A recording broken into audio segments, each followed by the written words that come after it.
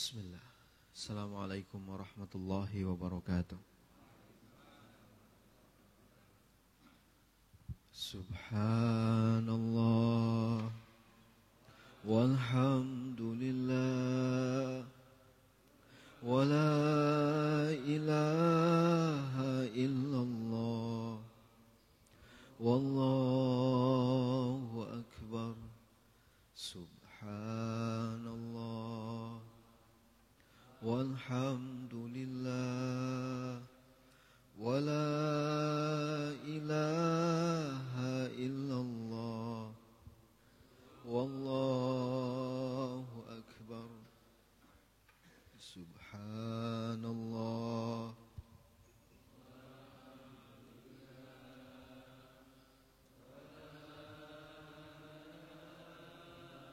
illallah wallahu akbar. Subhanallahi wa bihamdihi adada khalqihi wa ridha nafsihi wa zinata arshihi wa midada kalimatihi. Subhanallahi wa bihamdihi adada khalqihi wa ridha nafsihi wa zinata arshihi wa midada kalimatihi. Subhanallahi wa bihamdihi adada khalqihi wa ridha nafsihi wa zinata arshihi wa midada kalimatihi. Alhamdulillah, ikhwah sekalian, ayah bunda jamaah salat subuh, jamaah halaqah isyraq. Kita bersyukur kepada Allah Subhanahu wa ta'ala, kembali kita diberikan kesempatan oleh Allah untuk terus memperbaiki syukur kita atas semua nikmat yang telah Allah berikan,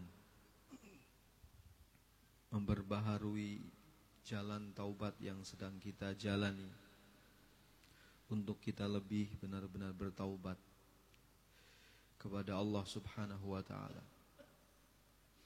Allah adalah zat yang maha mengetahui, maha teliti, maha mengawasi semua gerak hati kita, semua perbuatan kita. Tidak ada kekuasaan apapun yang bisa menyamai kekuasaan Allah Subhanahu wa ta'ala. Ilmu Allah meliputi segala sesuatu. Arsy-Nya berada di ketinggian yang paling tinggi. Kemahatauannya bisa meliputi sampai ke dalam lautan yang paling mendalam, apalagi dalamnya hati manusia. Kita baca ayat kursi, semoga Allah memberikan keberkahan kepada kita. A'udzu billahi minasyaitonir rajim. Bismillahirrahmanirrahim. Allahu la ilaha illa huwal hayyul qayyum la ta'khudhuhu sinatun wa la nawm lahu ma fis samawati wa ma fil ard man dhal ladzi yashfa'u 'indahu illa bi idhnihi ya'lamu ma bayna aydihim wa ma khalfahum wa la yuhituna bi syai'in min 'ilmihi illa bima syaa wasi'a kursiyyuhu as-samawati wal ard wala ya'uduhu hifdhuhuma wa huwal aliyyul azim. Semoga Allah menjaga keistiqomahan hati kita, memenuhi hati kita dengan keikhlasan kepada Allah, meninggal dalam keadaan husnul khatimah dan mengucapkan kalimat tauhid la ilaha illallah, menjaga perjalanan ibadah kita sepanjang hidup kita dari godaan syaitan, jin dan manusia yang menggelincirkan kita dari semua perbuatan dosa dan kemaksiatan. Kita baca Al-Ikhlas, Falaq, An-Nas masing-masing 3 kali.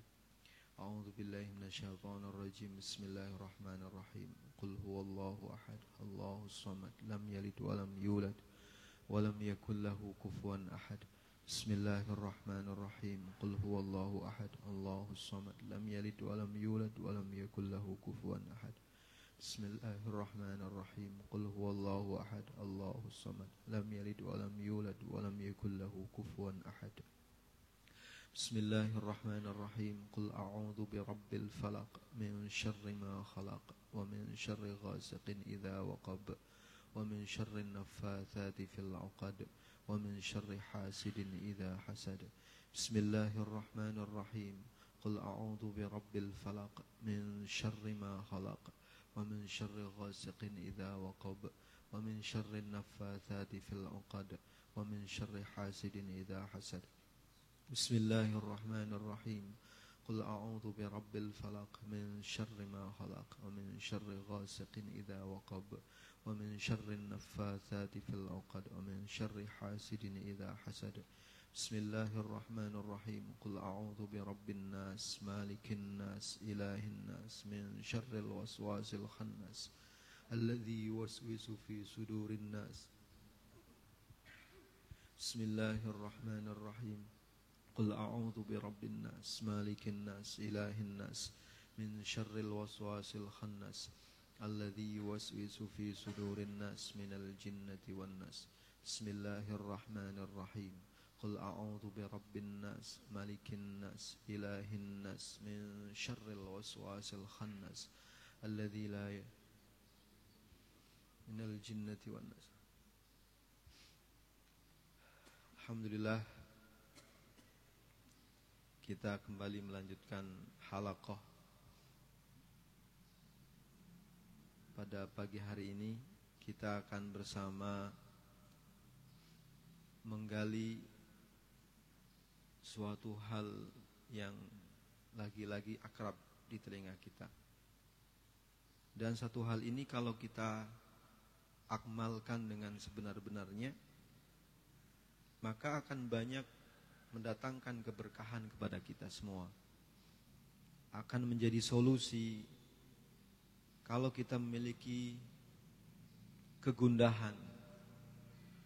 Kegundahan yang terbesar adalah ketika masjid itu ditinggalkan oleh kaum muslimin.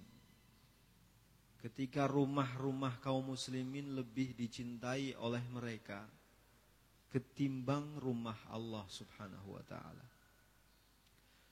Ketika kaum muslimin lebih betah duduk di sofa-sofa mereka,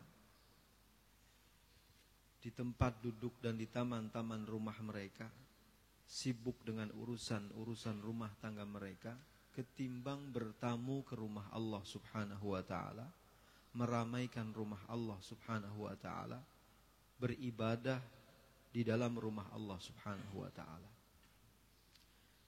Ketika iman kita meninggi, menguat, kita akan menjadi orang yang paling galau melihat fenomena itu.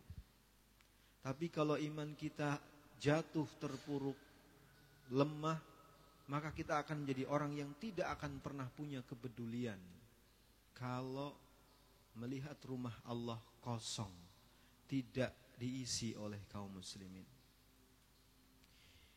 Yang ingin saya pribadi mengajak kepada diri saya pribadi dan ikhwah semuanya untuk menurunkan keimanan kita dalam bentuk memasukkannya ke dalam hati, bukan keimanan dalam angan-angan, bukan keimanan dalam hayalan, tapi keimanan yang kita tarik dan kita masukkan dan kita penuhi hati kita dengan keimanan. Lantas kita lihat rumah kita, lingkungan kita dengan keimanan kita. Melalui satu pembahasan pada hari ini tentang dakwah. Tentang dakwah. Saudaraku sekalian, ad-dakwah itu min ajalil qurbat wa min a'zamil ibadat. Dakwah itu merupakan bentuk pendekatan diri kepada Allah yang paling mulia. Dakwah itu merupakan bentuk ibadah kepada Allah yang paling agung. Alasannya ketika ulama mendudukan dakwah merupakan pendekatan diri kepada Allah yang paling mulia dan ibadah yang paling agung, ulama memberikan satu argumentasi. Pertama adalah para pelaksana dakwah ini merupakan min asyrafin nas fil alam. Para pelaku pengemban tugas dakwah ini adalah dari kalangan manusia yang paling mulia. para pengemban amanat dakwah ini adalah manusia-manusia yang paling mulia. Yang pertama, al-anbiya war rusul. Manusia dari kalangan para nabi dan rasul sudah cukup menjadi bukti bahwa ibadah adalah amal yang paling mulia dalam mendekatkan diri kepada Allah dan amal ibadah yang paling agung. Karena yang mengembannya saja manusia-manusia pilihan. Setelah itu dakwah pun diterima oleh para pengikut setia para nabi dan rasul. Nabi yang terdekat dengan kita adalah Muhammad sallallahu alaihi wasallam. Memiliki sahabat-sahabat mulia, sahabat-sahabat terpilih minal muhajirina, dari kalangan orang-orang yang berhijrah, Abu Bakar As-Siddiq sampai Bilal bin Rabah, dan sahabat Ansar, Isa bin Maryam, memiliki sahabat-sahabat yang setia, kaum Hawariyun. Ketika Isa bertanya kepada sahabat-sahabatnya, Man ansari ilallah, saat melihat umatnya mulai meninggalkan ajaran dakwahnya, Isa menyeru sahabatnya, Man ansari ilallah, siapa yang akan turut serta bersamaku untuk berdakwah kepada Allah? Nabi yang mulia yang diciptakan dengan kalimatnya kun fayakunu, jadi maka jadilah.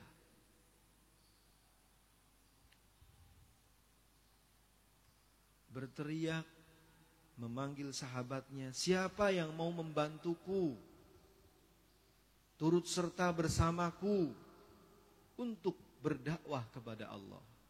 Yang menjawab hanya sahabat-sahabat yang terdekatnya, sahabat-sahabat yang dipilihnya.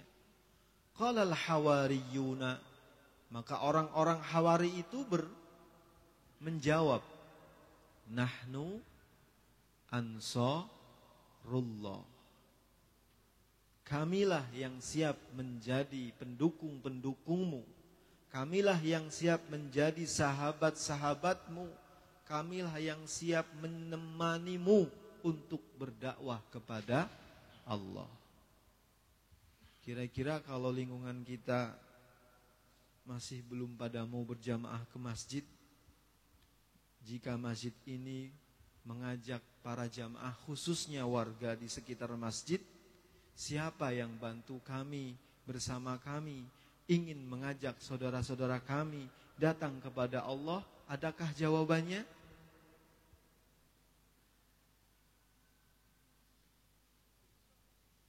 Adakah jawabannya? Kira-kira siap tidak, khususnya warga pemukiman muslim Bukit Az-Zikro, siapkah kita berdakwah? Kayaknya berat jawabnya. Siap atau tidak? Katakanlah siap walaupun belum siap. Insya Allah Allah akan berikan kesiapan. Sedih kita kalau melihat rumah menjadi tetangga masjid tidak mau hadir ke masjid. Sedih atau senang? Atau biasa saja? Antara itulah. Biasa saja tuh saya melihat teman saya gak sholat juga, biarin aja. Sholat gue, dia juga gak mau sholat. Yang penting dia gak ganggu saya gak ganggu dia. Ataukah seperti itu? Saudaraku sekalian, ayah bunda, yang disebut dengan dakwah itu adalah mengajak secara bahasa. Yang namanya dakwah itu mengajak atau meminta. Jadi kita doa itu ya meminta, dakwah itu ya meminta juga mengajak. Nah, yang disebut dakwah dalam makna syariat adalah mengajak kepada Allah Subhanahu wa ta'ala untuk mengimani Allah dengan sebenar-benarnya dan mengikuti sunnah Rasulullah sallallahu alaihi wasallam. Itu dakwah. Jadi kalau kita sudah bilang sama anak kita, nak bangun, sudah subuh, jangan tidur terus, itu dakwah. Kalau kita bilang sama kawan kita, yuk sholat jamaah di masjid, itu dakwah. Karena itu kita mengajak teman kita untuk mengimani Allah Subhanahu wa ta'ala dan mengikuti sunnah Rasulullah sallallahu alaihi wasallam. Itu dakwah di atas jalan kebenaran. Kalau kita bilang, ntar malam nih Belanda sama Jerman main di Piala Dunia, itu juga dakwah. Tapi dakwah itu bukan di jalan kebenaran. Dakwah itu di jalan kebatilan. Jangan-jangan malam-malam ini sekarang sering malah berdakwah mengajak kepada kemaksiatan. Kira-kira yang dijagokan di Piala Dunia ini siapa? Jerman. Siapa lagi setelah itu? Belanda. Maka siapa yang mengajak untuk menonton bola kepada rekan-rekannya, dia adalah seorang dai menuju neraka jahanam.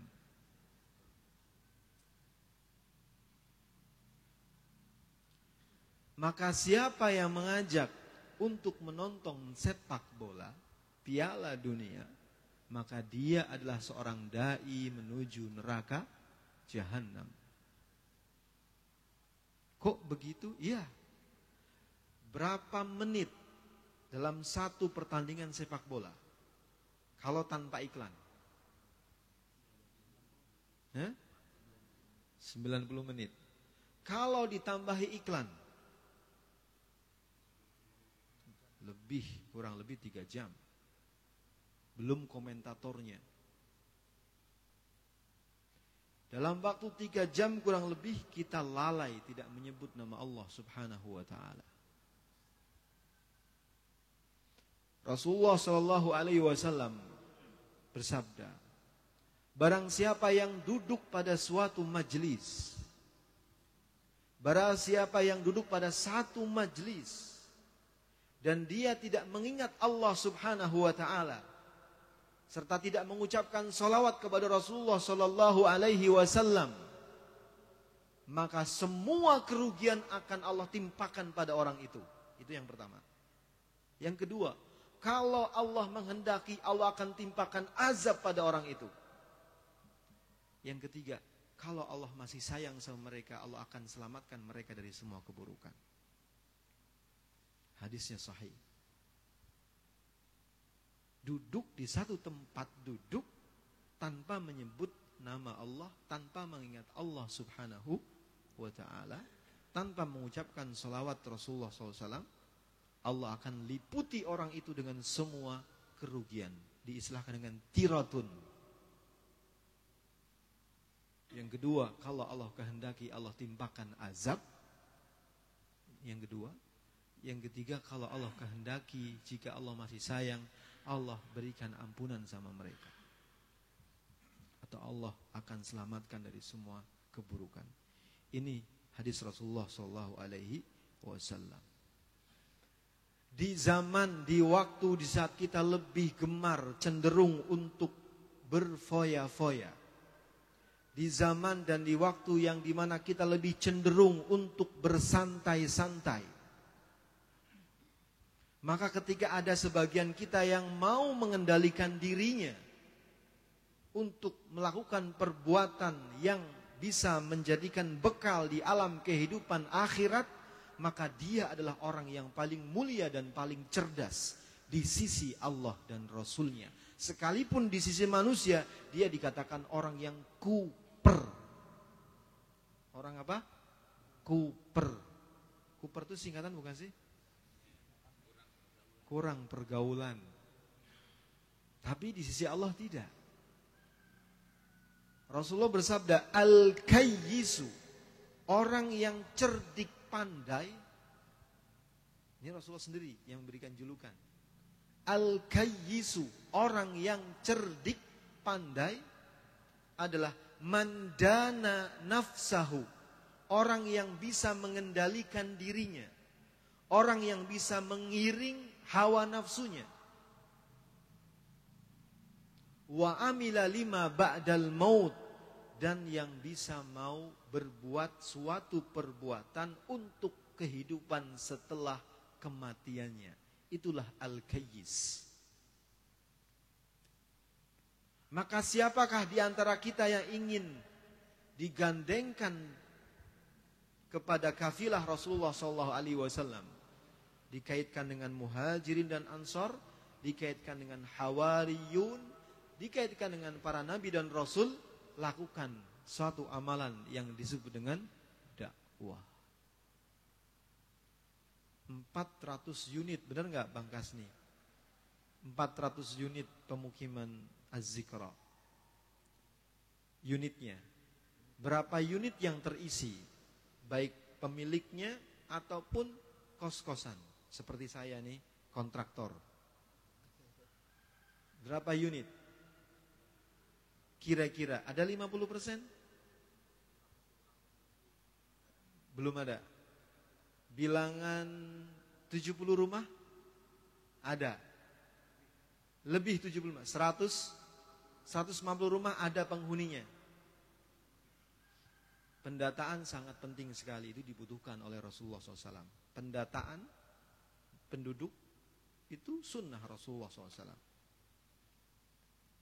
Mapping juga merupakan sunnah Rasulullah SAW. Kalau 150 laki-laki datang ke masjid sudah memenuhi satu shaf. Hanya dari pemukiman Bukit Az-Zikra. Kalau lebih dari 150, jika memang satu laki-laki hanya pada satu rumah. Tapi kalau 150 unit rumah dihuni oleh 3 orang laki-laki dewasa, maka berarti ada 150 kali 3. Sudah cukup memenuhi karpet ini. Jika mereka dibiarkan tidak melaksanakan sholat berjamaah, semua yang di masjid di sini meyakini sholat jamaah wajib atau tidak? Wajib atau tidak? Kalau tidak melaksanakan sholat jamaah dosa atau tidak? Kalau yang berjamaah membiarkan orang tidak mau berjamaah dosa atau tidak? Membiarkan orang yang tidak berjamaah dosa atau tidak? Sudah. Dan yang bukan di pemukiman ikut berpikir di lingkungannya. Kalau saya tadi contohkan di lingkungan kita. Sekarang yang hadir di tempat ini bukan di lingkungan pemukiman. Maka layangkan pemikiran Anda di rumah Anda sendiri, di lingkungan Anda. Rasulullah sampai tegas, kalau saja aku diizinkan oleh Allah untuk membakar rumah-rumah orang yang tidak melaksanakan sholat berjamaah di masjid, maka akan aku perintahkan para pemuda membuat obor-obor dan melemparkan ke rumah-rumah orang yang tidak mau sholat berjamaah di masjid. Seandainya Rasulullah masih hidup di hadapan kita duduk, lantas Rasulullah bersabda seperti sabda yang tadi saya sampaikan, kira-kira kita akan takut atau kita cuekin? Ini warisan Rasulullah SAW yang ingin saya bagi-bagi pada hari ini. Saya ingin membagi sebagian warisan Rasulullah SAW yang lebih berharga dari emas dan perak. Siap menerima?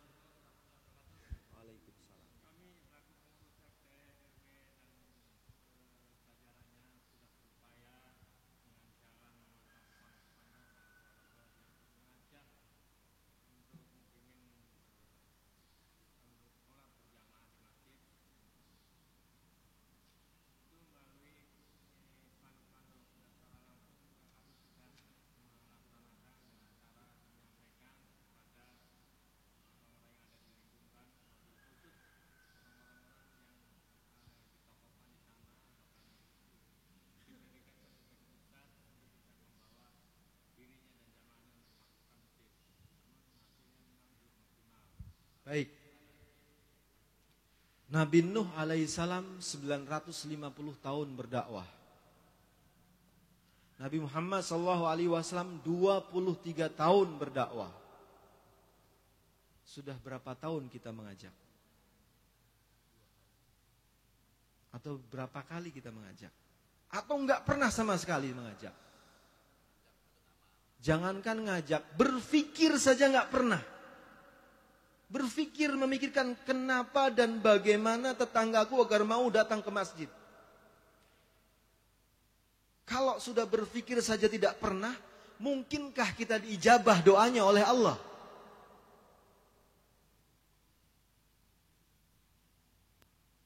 Aisyah radhiyallahu anha pernah bertanya kepada Rasulullah sallallahu alaihi wasallam, "Ya Nabi Allah, apakah Allah akan tetap timpakan azab pada suatu kaum, padahal di tengah kaum itu ada orang yang saleh?" Nabi menjawab, "Ya, Allah akan timpakan azab itu kepada kaum itu, sekalipun di tengah-tengahnya ada orang yang saleh."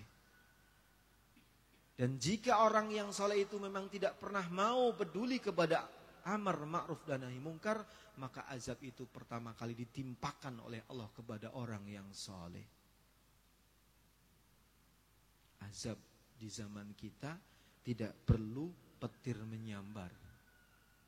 Seringkali azab di zaman umat Nabi bentuknya rusaknya moral. Contoh nanti bisa dibaca dalam surah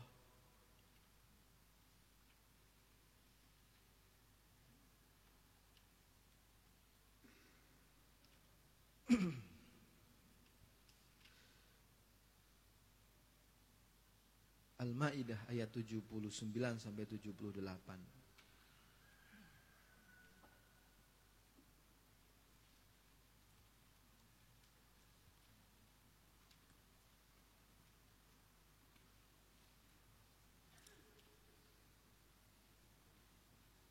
Sudah ketemu? Al-Maidah ayat ke berapa? 78 sampai 79. Al-Maidah surat ke berapa? Surat ke-5. Surat ke berapa? Iya. Sudah. A'udzu billahi samii'il 'aliim minasyaitonir rajim. Lu'ina alladhina kafaru min bani Israila ala lisani Dawud wa Isa ibn Maryam dzalika bima asaw wa kanu ya'tadun kanu la yatanahawna 'an munkarin fa'aluhu labi'sa ma kanu yaf'alun. Telah dilaknati orang-orang kafir dari Bani Israel melalui lisan Daud dan Isa bin Maryam. Dzalika bima asaw, itu disebabkan oleh kemaksiatan yang telah mereka lakukan. Wa kanu ya'tadun, dan mereka itu adalah orang-orang yang telah melampaui batas. Kanu la yatanahawna am munkarin fa'aluhu, mereka tidak melakukan perbuatan untuk saling mencegah dari perbuatan kemungkaran yang mereka telah lakukan atau sebagian mereka telah lakukan. Labi sama kanu yaf'alun, tersungguh buruk sekali apa yang telah mereka perbuat ketika membiarkan kemungkaran yang terjadi dan dilakukan oleh sebagian mereka. Dalam tafsir Ibnu Katsir dan beberapa kitab tafsir yang lain hampir sependapat para ulama mufassir, dan masih didukung surat yang lain, kalau tidak salah ada pada surah Al-A'raf juga. Umat Bani Israel terbagi menjadi 3 waktu itu. Kelompok yang pertama adalah kelompok yang beriman, beramal soleh, dan beramar ma'ruf nahi munkar. Kelompok yang kedua, beriman, beramal soleh, tidak beramar ma'ruf nahi munkar. Kelompok yang ketiga adalah kelompok yang banyak kemaksiatannya dan kemungkarannya. Salah satu yang menjadi penyebab utama datangnya azab adalah ketika Allah berikan undang-undang, peraturan, syariat, jangan mencari nafkah di hari Sabtu. Hari Sabtu murni menjadi hari ibadah. Tidak boleh kalian mencari ma'isyah. Waktu itu kebiasaan penduduk negeri itu adalah mencari ikan. Namun Allah larang, hari Sabtu tidak boleh mencari ikan. Itulah syariat. Seperti Adam ketika di surga dikasih syariat sama Allah. Pertama syariatnya, nikmati semua makanan dan minuman surga. Tapi satu, kamu jangan dekati, istrimu juga jangan sampai dekati pohon ini. La taqraba hadhihi syajarah. Kalau kamu dekati pohon ini, fatakuna minadh dhalimin. Kamu akan menjadi orang yang zalim. Yang terjadi sepele sepertinya kan? Cuman deketin pohon doang. Tapi dari sana iblis berbuat. Dirayu, akhirnya deketin pohon. Satu pelanggaran. Jangan cuma deket, ambil buahnya. Tahu nggak buah ini apa? Buah itu kalau kamu makan, kamu akan jadi pewaris utama kerajaan surga ini. Katanya. Enggak ngeh juga Adam sama Hawa. Enggak mau memperhatikan. Lantas iblis sampai sumpah-sumpah. Wa qasamahuma, maka iblis bersumpah kepada Adam dan Hawa untuk meyakinkan rayuannya. Inni lakuma laminan nasihin. Aku menyampaikan hal ini kepadamu Adam dan Hawa semata-mata hanya ingin menjadi orang yang memberikan nasihat yang baik untukmu. Begitu manis. Lantas Adam mengambil buah itu, dimakanlah buahnya. Ketika dia makan, terbukalah dan terlepaslah semua pakaian surga yang dikenakan oleh Adam dan Hawa. Langsung otomatis. Saking malunya, merasa telanjang, kemudian mereka bersusah payah meraih daun-daun di surga untuk menutupi auratnya. Ketika wabadat lahuma sawatuhuma wa tafiqa yakhsifani min waraqil jannah, ditutup. Akibat setelah itu tidak hanya terbuka auratnya, bahkan Allah turunkan Adam dan Hawa beserta iblis sampai ke dunia. Jadilah surga menjadi buluh perindu kita yang pernah ditempati oleh kakek kita Adam alaihissalam. Sekarang kita merindukan surga. Kembali ke ayat yang pertama. Allah larang kelompok yang ketiga. Ini sama-sama beriman tiga kelompok ini. Tapi yang satu bermaksiat. Maksiatnya ngakali syariat Allah diakalin. Karena dilarang ngambil di hari Sabtu ikannya. Hari Sabtu cuman tebar jala. Diambil ikannya bukan di hari Sabtu. Di hari lain selain hari Sabtu. Inilah manusia. Bulusnya muncul. Diakalin, 1000 alasan didatangkan untuk mencari dan menyelamatkan diri dari kesalahannya. Kelompok yang pertama datang kepada mereka. Wahai saudaraku yang aku cintai karena Allah. Wahai saudaraku yang kita sudah dipersaudarakan dengan kalimat la ilaha illallah.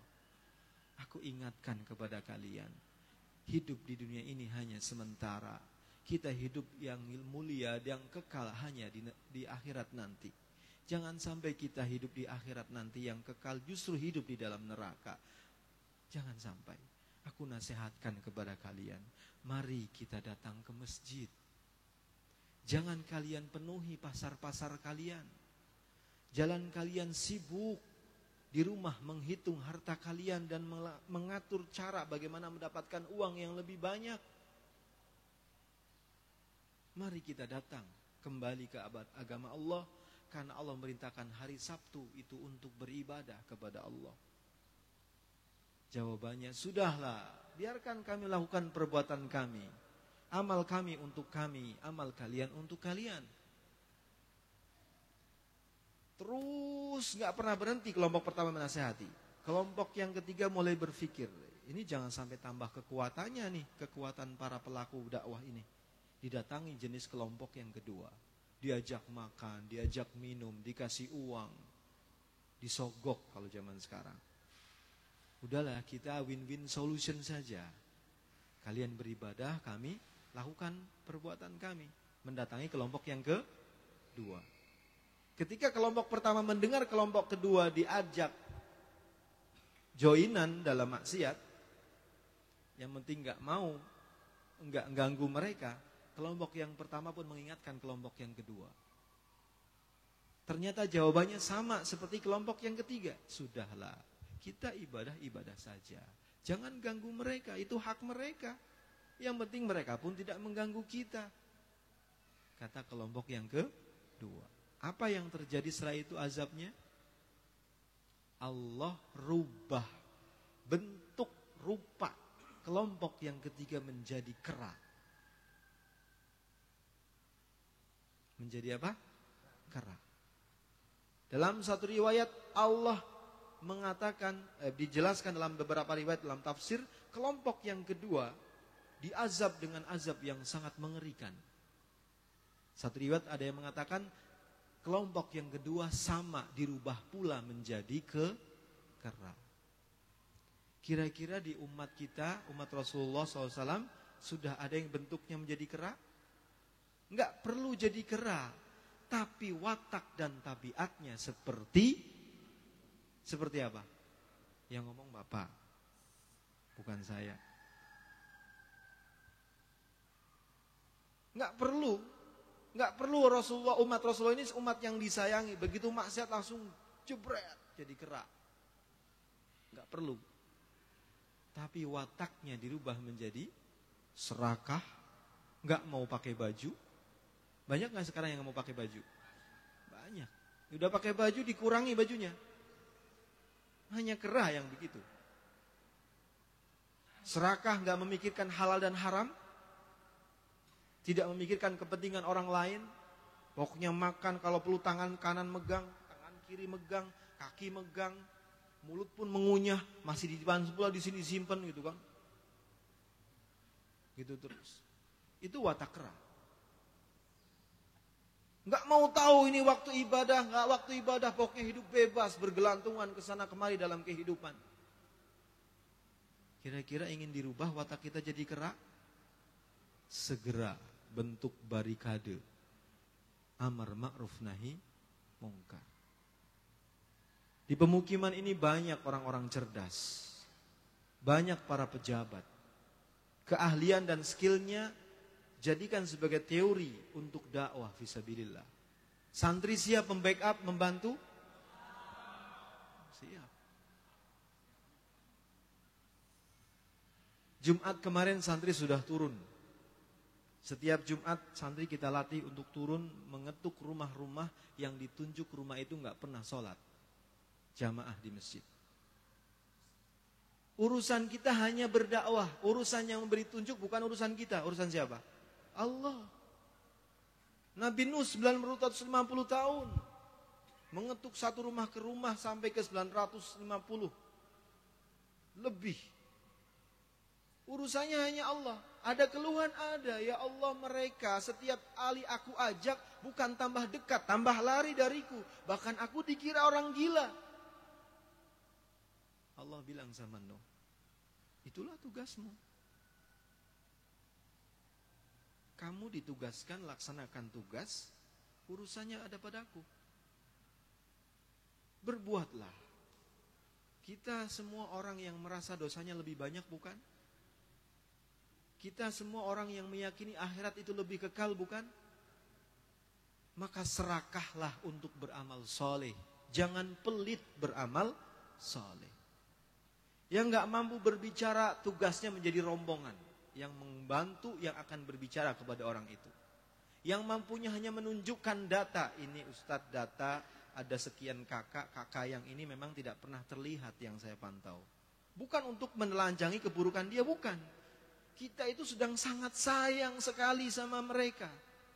Kita cinta sekali sama mereka. Kalau kita merasakan sejuknya air minum saat sedang kehausan, kenapa kita biarkan saudara kita haus? Bukan haus tenggorokannya, haus ruhnya. Ruhnya menjerit, ruhnya menangis. Karena ruhnya tidak pernah dikasih gizi, dikasih makanan untuk beribadah kepada Allah. Makanan ruh adalah ibadah kepada Allah. Kalau rumah Allah ini sebagai obat, karantina orang-orang yang berpenyakit, maka mereka yang tidak pernah mau masuk ke rumah Allah dalam keadaan sakit parah. Di mana kepedulian kita kepada saudara kita? Jadi kita mengajak mereka karena kita cinta mereka. Karena kita sayang mereka.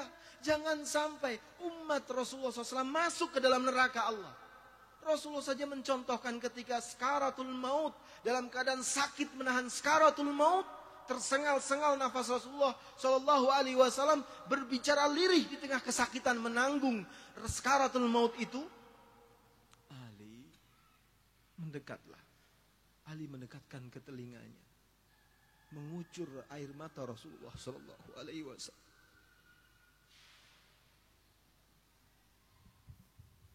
Rasulullah menangis. Ali pun menangis. Dipeluk Rasulullah. Wahai Nabi Allah, apa yang ingin kau katakan? Rasulullah berkata, ummati, ummati, umatku Ali, umatku. Cinta Nabi SAW begitu besar kepada umatnya. Tidak ingin satu saja dari umatnya masuk ke neraka Allah Subhanahu wa ta'ala. Semua sarana dan prasarana, tenaga, sampai istri beliau Khadijah radhiyallahu anha, seorang miliuner besar di Quraisy, bangkrut, habis hartanya untuk membiayai dakwah Rasulullah sallallahu alaihi wasallam. Abu Bakar As-Siddiq radhiyallahu anhu, ketika mendengar dakwah itu membutuhkan dana besar, Umar bin Khattab ditanya, berapa yang kau infakkan Umar? Separuh hartaku ya Rabbi Allah. Kemudian As-Siddiq ditanya, Abu Bakar, berapa harta yang kau infakkan untuk dakwah ini? Seluruhnya ya Rasulullah. Kaget. Apa yang kau tinggalkan untukmu dan keluargamu wahai Abu Bakar? Yang ku tinggalkan untukku dan keluargaku hanya Allah dan Rasulnya. Abu Bakar As-Siddiq. Kalaulah kita belum sampai sama dengan mereka, minimal satu jengkal kita ingin sama dengan mereka, para nabi dan rasul, maka lakukanlah amal dakwah. Insya Allah Jumat yang akan datang kita akan latihan lagi. Setelah asar ada penjelasan motivasi berdakwah. Setelah itu musyawarah kecil, membagi tugas, membagi kelompok. Berdasarkan data yang ada, berjalanlah kelompok itu menuju rumah-rumah untuk kita ingatkan. Selagi kaki ini masih berjalan, selagi telinga kita masih mendengar dan mata kita masih melihat, lakukan perbuatan itu sebelum kita akan merugi nanti di alam akhirat. Kenapa begitu? Bayangkan Bapak sekalian, mumpung belum ada tanda isyraq masuk, satu hadis ingin saya bacakan. Rasulullah SAW bersabda, memberikan satu tip untuk kita, tips yang cerdas, meraih amalan tanpa susah payah. Tipsnya begini, man da'a ila hudan, barang siapa yang berdakwah mengajak kepada petunjuk Allah, kana lahu minal ajri, maka orang itu akan mendapatkan pahala, mithlu ujuri man tabi'ahu, seperti pahala orang yang mengikuti ajakannya. La yanqusu min ujurihim syai'a, tanpa mengurangi pahala mereka sedikit pun. Wa man da'a ila dolalatin, tapi barang siapa yang mengajak kepada suatu perbuatan dosa, kana alaihi minal ithmi, maka dia akan memperoleh dosa, mislu asami man tabi'ahu, seperti dosa-dosa orang yang mengikuti ajakannya. La yanqusu dzalika min athamihim syai'a, tanpa mengurangi dosa sedikit pun dari dosa-dosa yang mengikuti ajakannya. Kalau kita mengajak orang mau berjamaah, ternyata Allah kehendaki dia mau, lantaran ajakan kita.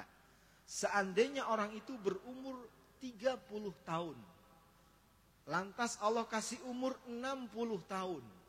Sejak kita sadarkan mau berjamaah ke masjid, dari umur 30 tahun lantaran kita, maka semua pahala sholat 5 waktunya yang dia laksanakan berjamaah selama 30 tahun, ketika 60 tahun dia meninggal, pahalanya mengalir kepada kita.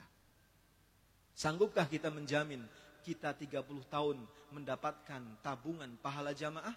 Sanggup atau tidak? Tidak kan? Kita nggak bisa sanggup menjamin 30 tahun istiqomah jamaah. Tapi dengan amalan dakwah, orang lain yang berjamaah, kita akan dapatkan jamaah orang lain itu tanpa mengurangi pahala orang itu sedikit pun. Ini cara cerdas menabung amal.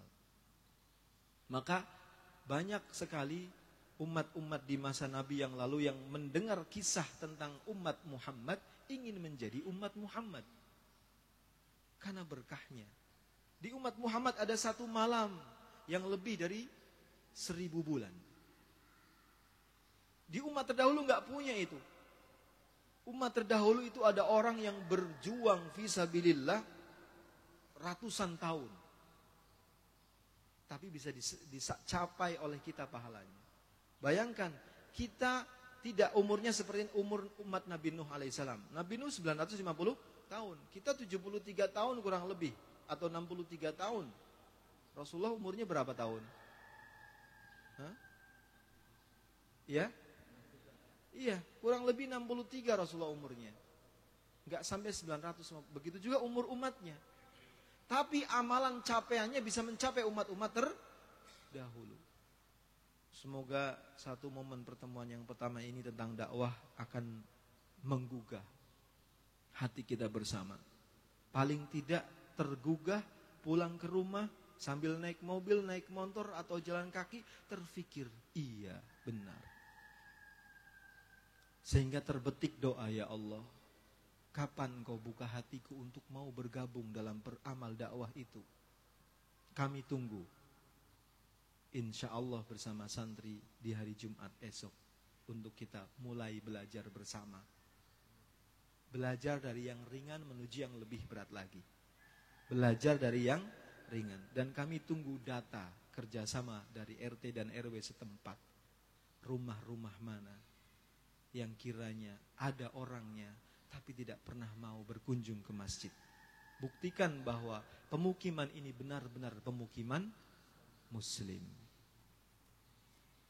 Bertahap, tahapan demi tahapan kita buktikan ini bisa menjadi pemukiman Muslim. Karena pemukiman ini bisa menjadi pemukiman Muslim dimulai dari personal yang ada di dalamnya. Dimulai dari elemen yang ada di dalamnya. Kalau elemen di dalamnya tidak pernah mau mengislamkan dirinya, jangan berharap lingkungannya menjadi Muslim. Lingkungan itu diisi oleh manusia. Lingkungan akan Islam kalau manusianya sudah Islam. Kita tidak ingin menegakkan kisos di sini, enggak. Kita tidak ingin menegakkan rajam di sini, enggak level, belum levelnya kita. Paling tidak ngajak orang mau sholat berjamaah ke masjid, itu aja dulu. Itu aja dulu. Kita belajar bersama, insya Allah Allah akan berkahi. Yang punya sakit nanti Allah akan sembuhkan. Yang punya masalah besar Allah akan berikan jalan keluar. Yang sempit rizkinya akan lancarkan rizkinya. Dengan amalan dakwah ini, yakinlah, yakin 100%. Karena itu janji Rasulullah SAW yang tidak pernah menyelisihi janji. Ini bukan janji capres dan cawapres. Ini bukan janji para kaum legislatif, bukan. Ini janji Allah Subhanahu wa ta'ala. Siapa yang beriman kepada janji Allah, imani dan laksanakan. Baik, semoga Allah memberikan hikmahnya kepada kita semua pada pagi hari ini. Ya Allah, Engkau saksikan apa yang terjadi pagi hari ini. Engkau menatap, ya Allah.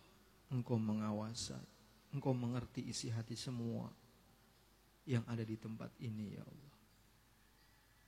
Kami ingin agar kami selalu Engkau pegang hati kami, ya Allah. Kami ingin agar hati ini selalu ada, mantap, berdiri tegar di atas ketaatan kepadamu ya Allah. Sungguh ingin sekali ya Allah, agar kami senantiasa taat dengan sebenar-benarnya, agar kami senantiasa bertaubat dengan sebenar-benarnya ya Allah. Di sisi lain kami pun merasa lemah, merasa tidak mampu, karena banyaknya hal yang meliputi kehidupan kami. Banyaknya masalah yang terjadi pada kehidupan kami ya Rabb. Kami sungguh tidak akan pernah bisa menyelesaikan masalah-masalah yang terjadi pada kehidupan kami kalau Engkau tidak berikan bantuan kepada kami. Bantu kami ya Allah. Bantu kami agar hati kami kuat dengan iman dan takwa kepadamu. Bantu kami ya Allah, agar kami bisa menjemput ajal kami yang sudah semakin dekat ya Allah.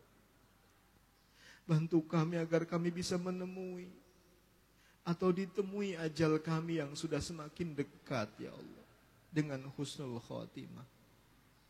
Jadikan kami orang-orang yang memiliki cinta kepadamu, orang-orang yang mendapatkan cintamu dan mendapatkan cinta orang-orang yang Engkau cintai dan mencintaimu. Allahumma a'inna ala dzikrika wa syukrika wa husna ibadatik. Ya Allah, berikan jalan keluar atas semua masalah yang sedang kami hadapi. Mudahkan semua kesulitan yang sedang kami hadapi.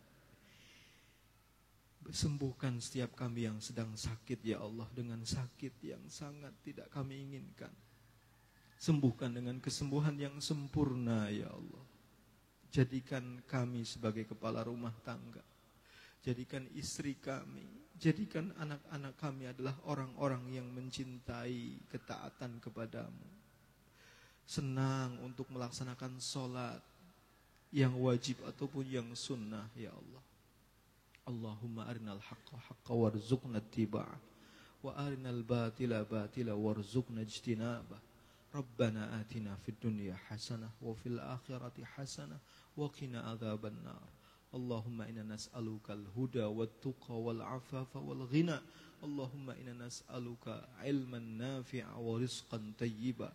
Allahumma inna na'udzubika min jahdil bala wa darkis syaqa wa su'il qada wa min syamatatil a'da. Wa sallallahu ala Muhammadin wa ala alihi wa ashabihi ajma'in. Al-Fatihah. Alhamdulillahi rabbil alamin. Ar-Rahmanir Rahim. Iyyaka na'budu wa iyyaka nasta'in. Ihdinas siratal mustaqim. Shiratal ladzina an'amta 'alaihim. Maafkan Ahmad Syuhada. Assalamualaikum warahmatullahi wabarakatuh.